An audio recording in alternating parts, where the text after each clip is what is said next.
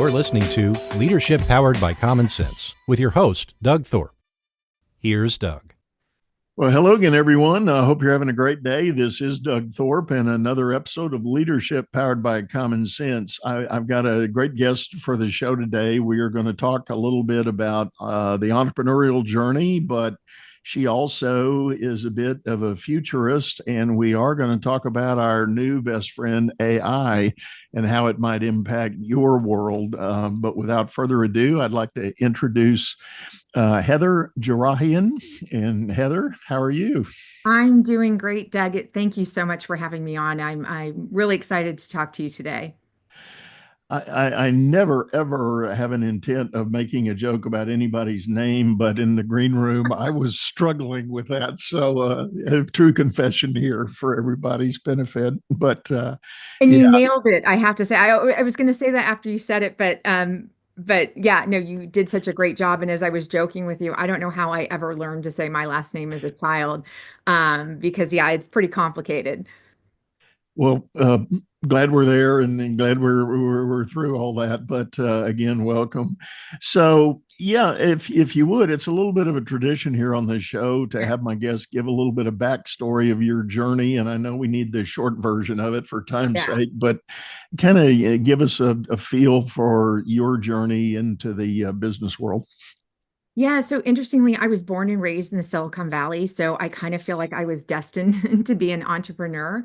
But somehow, like some chip got planted in me early on that said, "Hey, make sure you learn all the different facets of business, kind of starting from the ground up, and then go and build your own business." So I have, I sort of joke that I'm this hexagon because I have not taken a linear traditional path. When I went to school, I went through the entrepreneur program, but I came out, I was a buyer for a department store. I then got into product development and, building, different types of products, hardware, software, clothing, accessories. And I've also done a lot of innovation in technology. And now I'm leading a, data science team at ServiceNow and really focused on AI. But my path of getting there is I have been a serial entrepreneur. I built a global fashion brand. I am also a technology leader who is parachuted into companies at an important inflection point for growth and turn them around. And in the example of Hitch, which was the last company I was at, a skills intelligence platform. Actually, we were not originally that, but I pivoted to that. We were acquired by ServiceNow, which is how I have landed there. But yeah, it's been an exciting ride, and I feel like I've had sort of this portfolio career of doing many different things and many different dimensions. But the reason skills are important to me is that there is a common thread of transferable skills. I've taken them across industries, across roles, and I think that's something I'm really passionate about.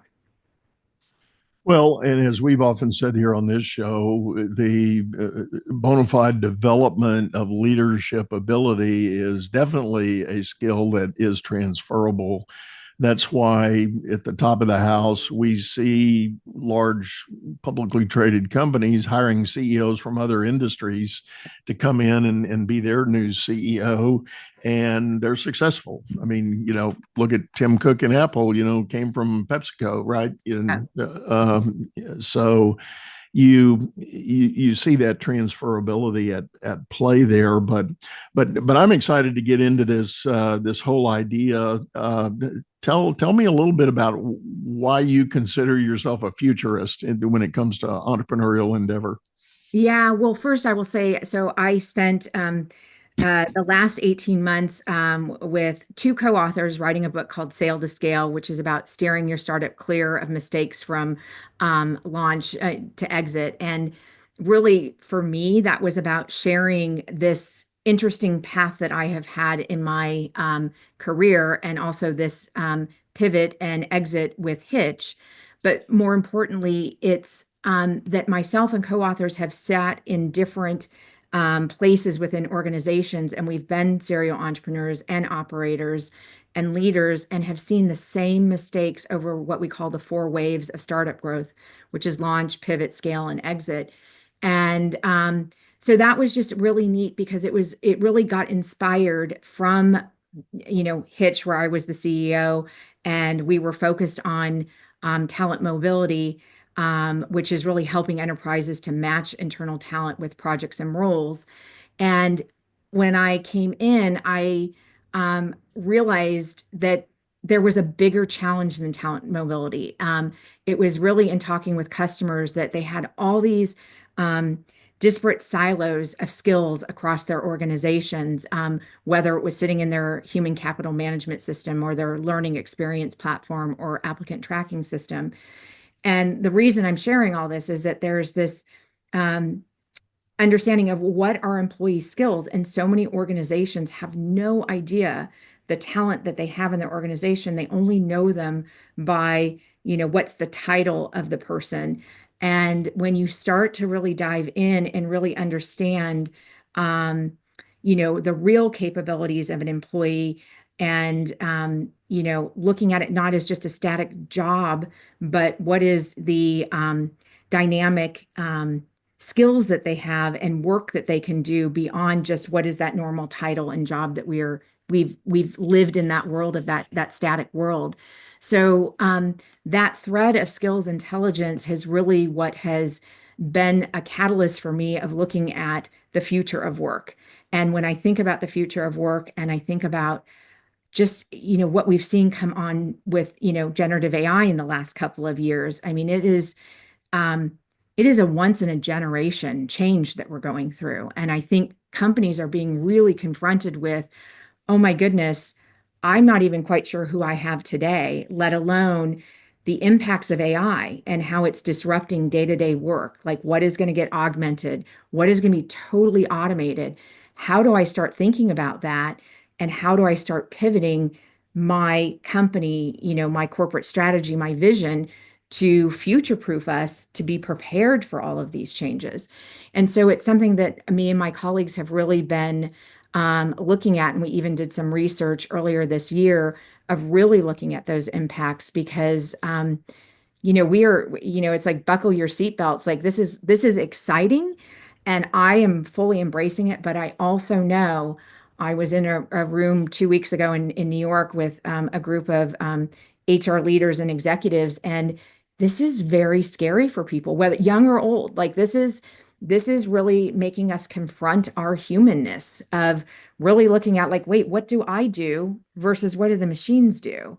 And um, so it's a very interesting time for all of us. And so I think we're having to really change our view of what is the meaning of work and what is the future going to look like. So it's kind of a very long answer to your question.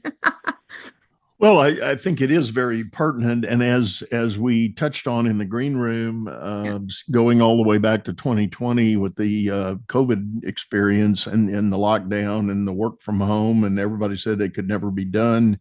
But a lot of the data in the early years of that lockdown showed that corporate productivity actually went up to levels higher than it's ever been.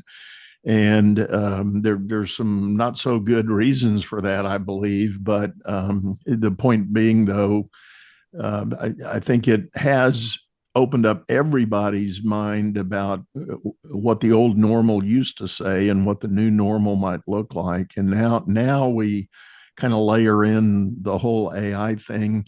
Um, Coincidentally, just yesterday, I was going through a mandated corporate training. I'm an adjunct coach for one of the large global platforms, and they have us take some training periodically to maintain compliance standards and all that.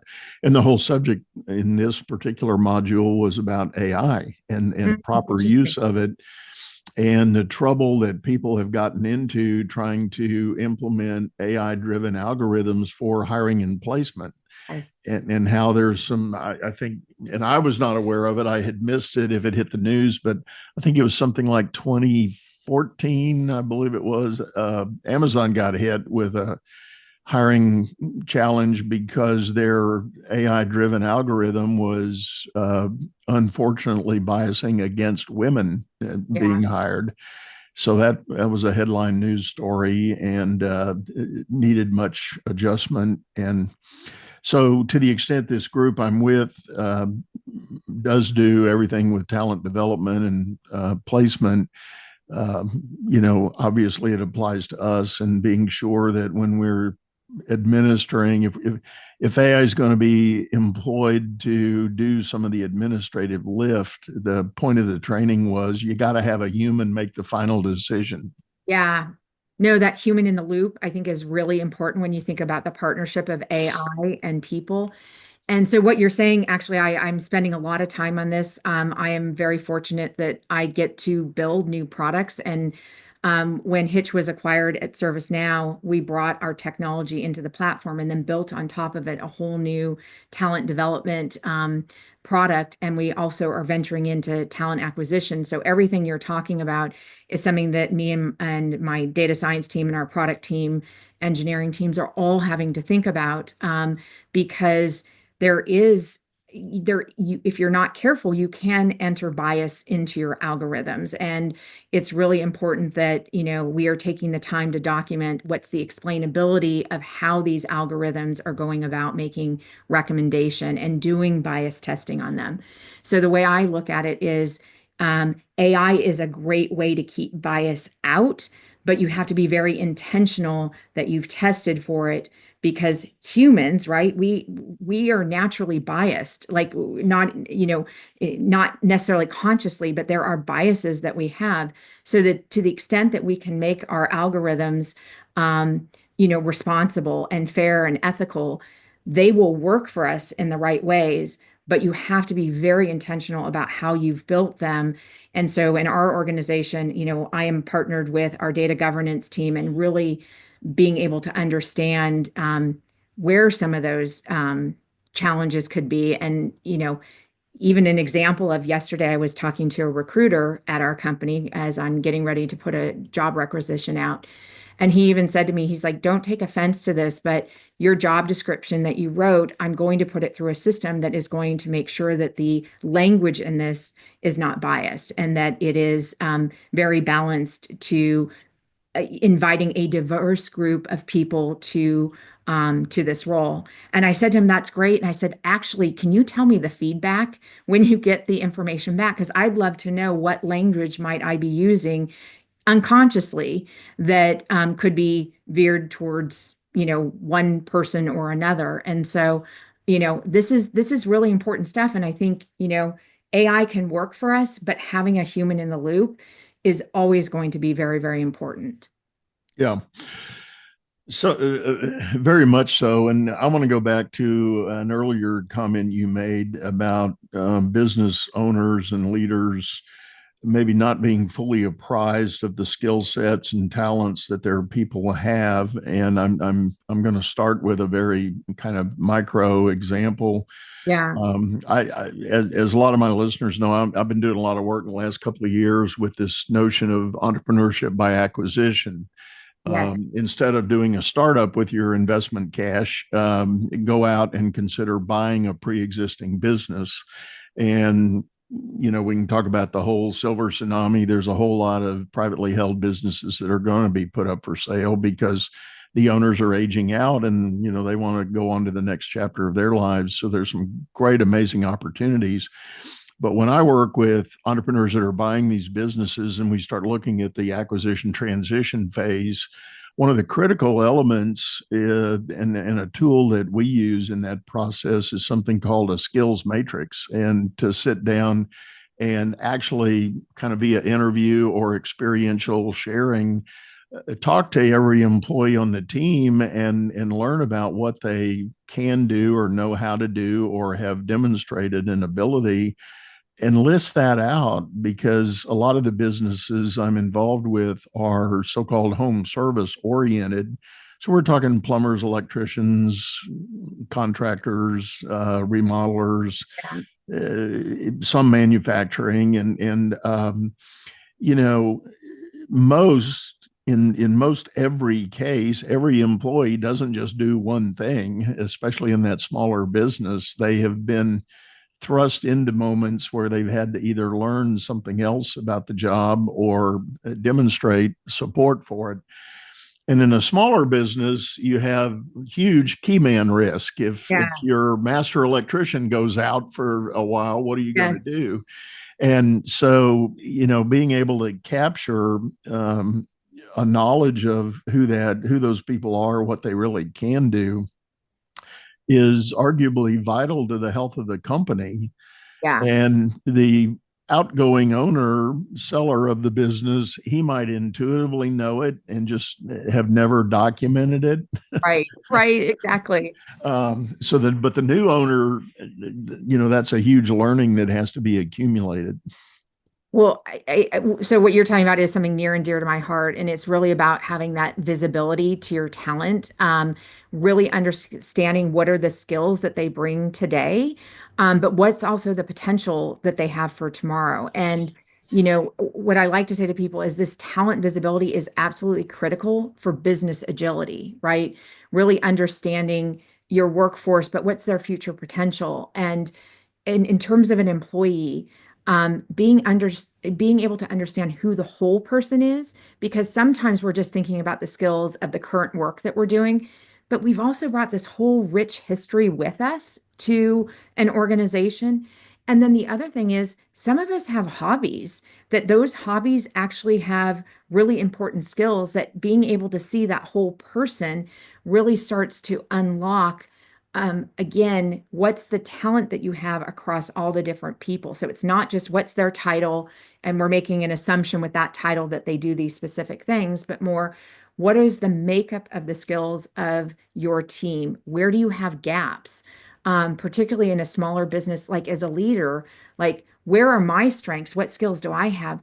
What skills do I need to round out my leadership? And, and again, where do we have those gaps and how do we fill those gaps? And so, especially with the pace of change that we're all going through right now, this visibility of your talent becomes critically important. So, and I also have this concept called the four-dimensional workforce that I talk about, which kind of walks people through, like, you know, what does it mean to be like a skills-based organization? And to me, the four dimensions are, the first is that you know the names and titles of the people in your company. And there's no intelligence there. That's not going to help you get anywhere. But the second dimension is when you start to look at the skills of the people and your job architecture, meaning what is the work that you want them doing? What are the core required skills to actually do that job? What's the proficiency for which they have? So you also have some visibility of how you can grow and develop that talent. But again, going back to what is the seeing the whole employee, not just current role, but again, what did they bring with them? And the third dimension is when, as a leader, is starting to think about what is your business strategy? What is the leadership vision? Where are you today? Where do you want to go? So that you can start to look at who you have and how do you start to point your boat in the right direction of moving your organization to future proof it. And then the fourth dimension is really based on research that I've done of what is the impacts of AI. So time and the impacts of AI and the actual day-to-day work that people are doing. And this really gets into task intelligence, which I believe is the new frontier, which really understands, okay, these are the specific tasks that someone's doing. This is where AI can augment, or this is where it can be fully automated. And once you have visibility to that, you know what time is going to be freed up. And so I can give one example, which might be helpful for people. When I looked at it in our ServiceNow in our ecosystem, a help desk support agent. So we took that role and we looked at it over the next few years. And that role has 39 discrete tasks that people do on a day-to-day basis. And when we moved it forward over the next few years, we looked at it and the same 39 tasks still exist, but they get compressed. And so there's actually, we predict 10 and a half hours is going to be saved per week. I mean, that's like 25% of someone's work week. And so when you start to think about that 25%, thinking about like, how might you repurpose some of that work? There's many things you can think about: reskilling, upskilling, or even redeploying talent. And so understanding, like, do you use that time to give someone a chance to have more product knowledge, learning things like Gen AI? Do they go and work on a project and acquire some new skills? Is there a gap in your organization where they have foundational skills, right, that can transfer and map to maybe a role that's going to be in high demand? So these are things that start to get unlocked when, again, you've got that visibility of who your talent is, what are their skills, what's the work they're doing day to day, but also as an organization, what is the AI I am bringing into my organization? And AI could be Gen AI, it could be robotic process automation, all different types of AI. But then how is that impacting the work? And so I gave you one example of one role that's going to save 10 and a half hours, but start to think about that at scale, like at a department level, right? A business unit, and then an entire organization. We are talking about unlocking some real time, and people can start to do more meaningful work. Let the machines do what they do well, the repetitive, mundane tasks. Let's think about how do we repurpose that time so that we can really have, us humans doing that really important work to really drive innovation and acceleration as we are, figuring out what's next, following our business vision of where we want to go. Yeah. Well, I'm going to go back to something you said early in that description of things, and that is the idea of some talent alignment for opportunity. And I'd like to come at it from the angle of, again, looking at the entrepreneurial enterprise. Even if you're the founder of a startup that is now creating some scale and starting to see some momentum, there is an ever-present logic that says, I I need to strategically design my org chart for my business based on a description of value drivers. Each box on the chart ought to contribute value to the overall greater good of the business, right? But what inevitably happens for the entrepreneur is that as you go through those phases you described, from startup to pivot to scale, et cetera, um, there's usually some legacy employment that happen, and a lot of times it's friends and family. Let's be real, sometimes it's that. But as the company begins to grow, those boxes need to get a little more formalized and a little more intentional about why they exist on the payroll. And that's where a lot of entrepreneurs fail. They allow some legacy hires that they made to linger in the organization, maybe only fulfilling half of the value in the box they sit in, yet they're drawing a full paycheck. Yes, exactly. So, and that has ramifications for a lot of things. It's not just the kind of arrogant financial side of it, but it's the human side of that Yeah. person goes home at the end of the day knowing they didn't hit a mark. They didn't fulfill what really Yeah. needs to get done. They know that. Yeah.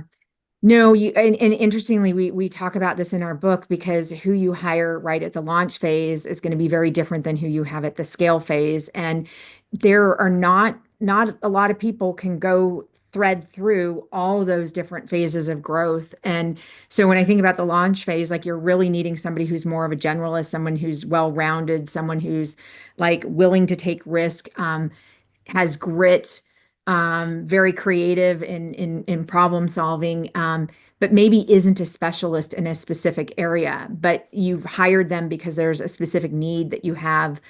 So I call it sort of the entrepreneurial DNA that's needed in the beginning to get you lifted from launch, as you build and grow your business. But then as the company matures, even as a leader, we talk about this, like, as a founder, each person, right? And so you probably know them pretty intimately. And as you start to hire and build out your organization, what it's like to manage 25 people is vastly different than when you have 50 and then 100, 200. It starts to get very, very different. But founders sometimes don't let go of, I need to know everybody in the company. I need to be involved in every single decision being made. Like every hire I need to talk to before we make that hire. And that's not scalable. And so we talk about it as like, when you get to the scale phase, you can't manage like a founder, right? You have to manage like a leader, and you need to start to bring in people who have the right specialist skills that you need for that phase of your business.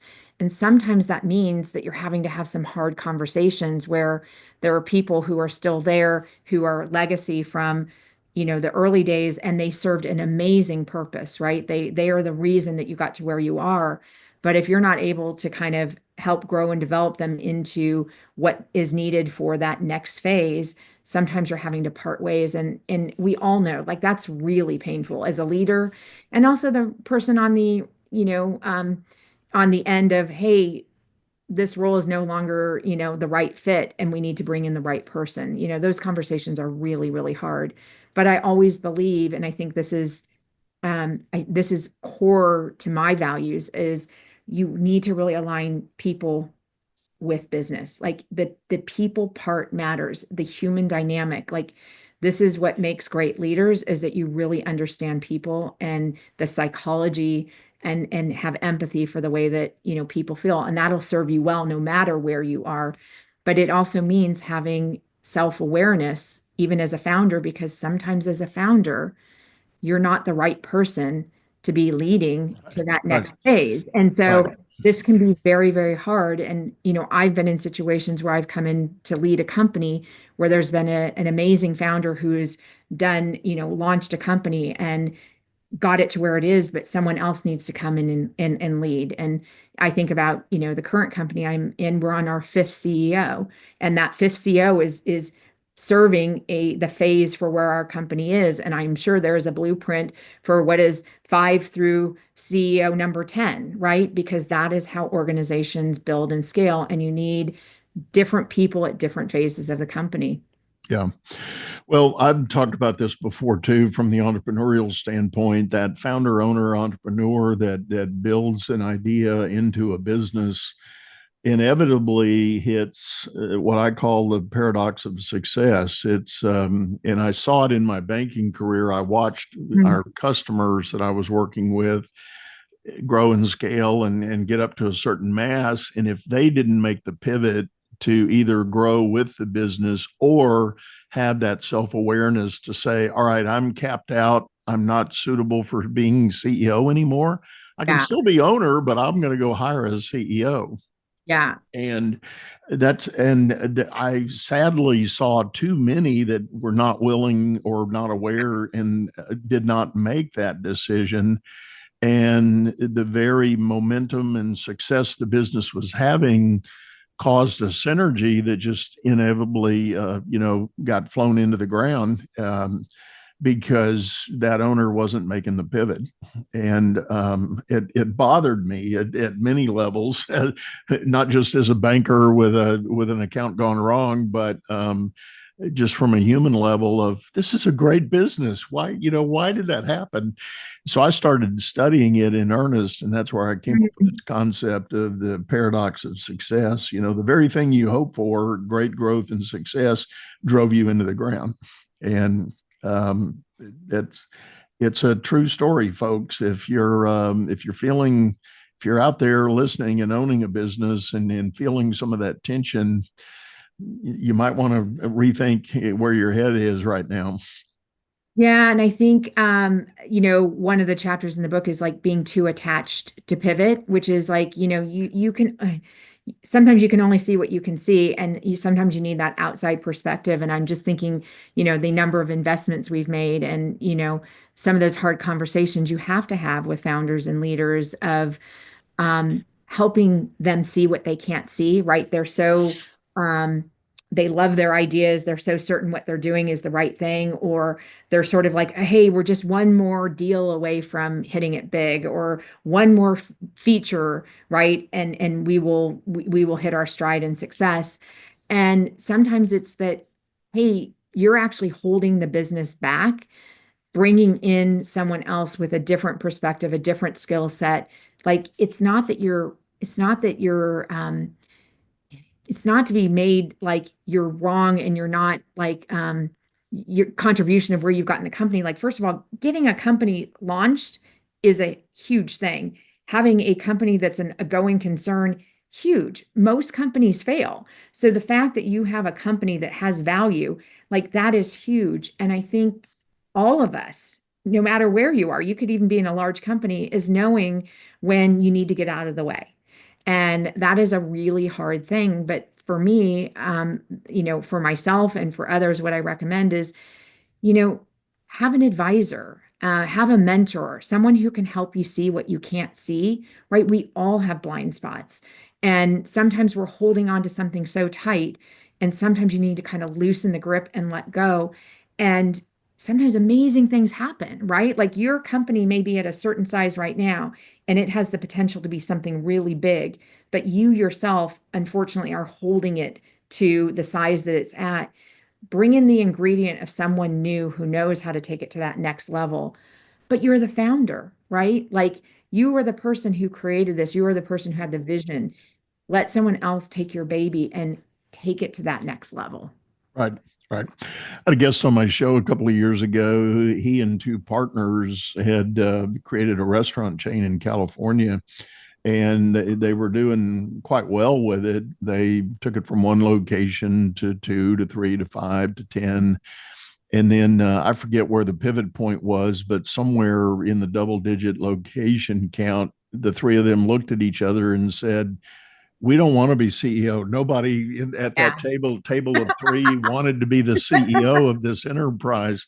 Yeah. They all had their unique. One guy was a customer service person. One guy was a kind of a senior chef, food creator, and the other Yeah. guy was, I'm not sure what he was. I don't remember, and no disrespect, but unilaterally they had the awareness to say, we don't want to be CEO, we need to hire Yeah. somebody.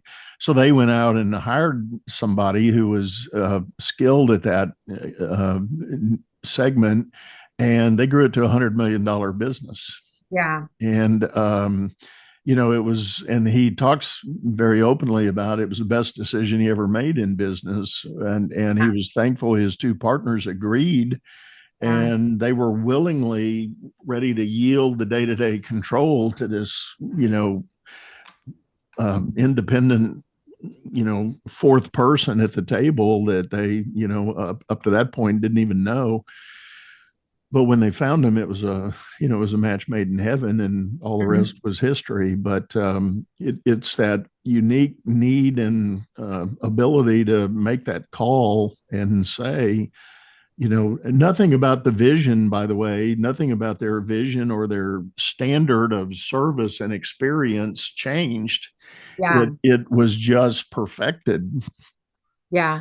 And I think it's so important too that culture, that foundation that gets set in the beginning is so important because that is really the thread that comes through. And, as I like to say, culture is what you reward and what you punish. And so being very intentional when you start your business of what do you want the culture of your company to be and how do you uphold that culture, and who do you bring in who embodies that culture is really important.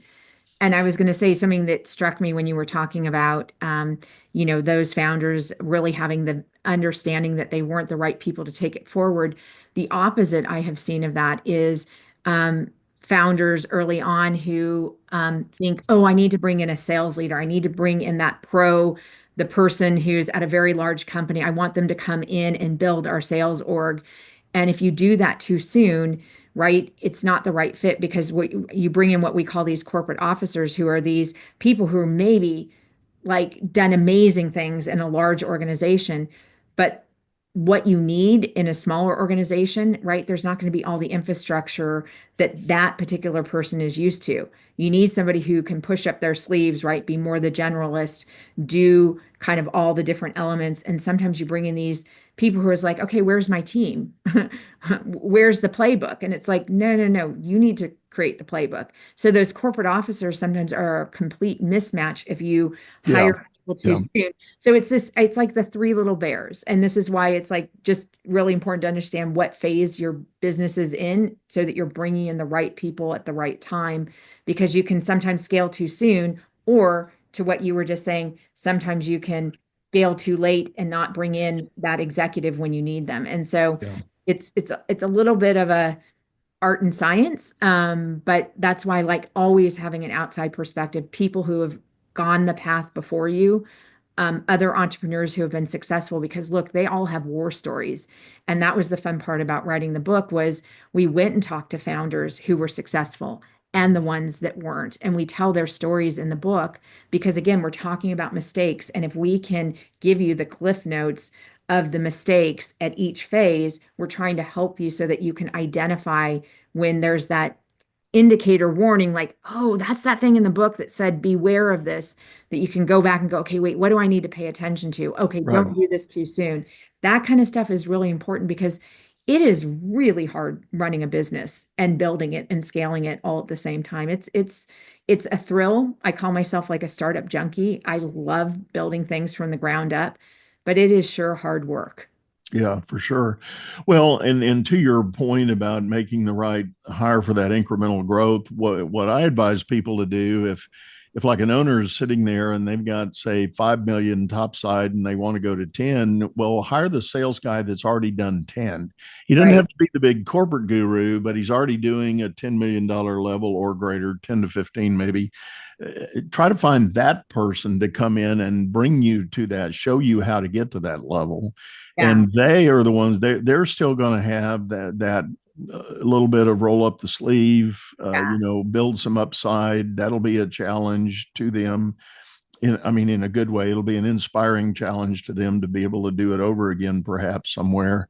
And they'll bring the right mindset with you. And then when you're at 10, you want to go to 20. We'll find the 20 guy and bring them in to do it. And so you still keep that alignment going in the proper kind of incremental way. Mm-hmm. Well, Heather, I'll tell you what, we're about up on time today. This has been great. It's been such a pleasure to meet you and talk about this. Tell folks the best way to get a hold of you if they're interested in knowing more. Sure. So I'm on LinkedIn. I share a lot on LinkedIn, and it's the normal LinkedIn and then Heather Jerrehian. Also, if you want to know more about my book, it's Sail, like sailing in the seas. So sailtoscale.com tells a little bit more about the book. So those are really the two best places to learn more about me. But I want to say thank you so much for having me today. This has been such a fun conversation, something near and dear to my heart, and I just really have thoroughly enjoyed it. Well, thank you again. And as always, folks, we're going to have her links and information in the show notes, complete with her full bio. You can learn more there. And be sure you don't look at the show notes until you're at a safe place that you can park whatever you're doing and take a look there. But I do also want to remind you, we've got a video version of this show over on YouTube, channel by the same name, Leadership Powered by Common Sense. Hop over there, give us a review, and maybe leave us a comment. And if you've got a question or thought or recommendation for another episode or a guest you may know that would be good for the show, let me know that as well. And I think for now, we're about done. So we're going to sign off, say goodbye, go out there, make it a great day. You've been listening to Leadership Powered by Common Sense, hosted by Doug Thorpe. If you would like to know more about the coaching and advisory services he provides, visit dougthorpe.com.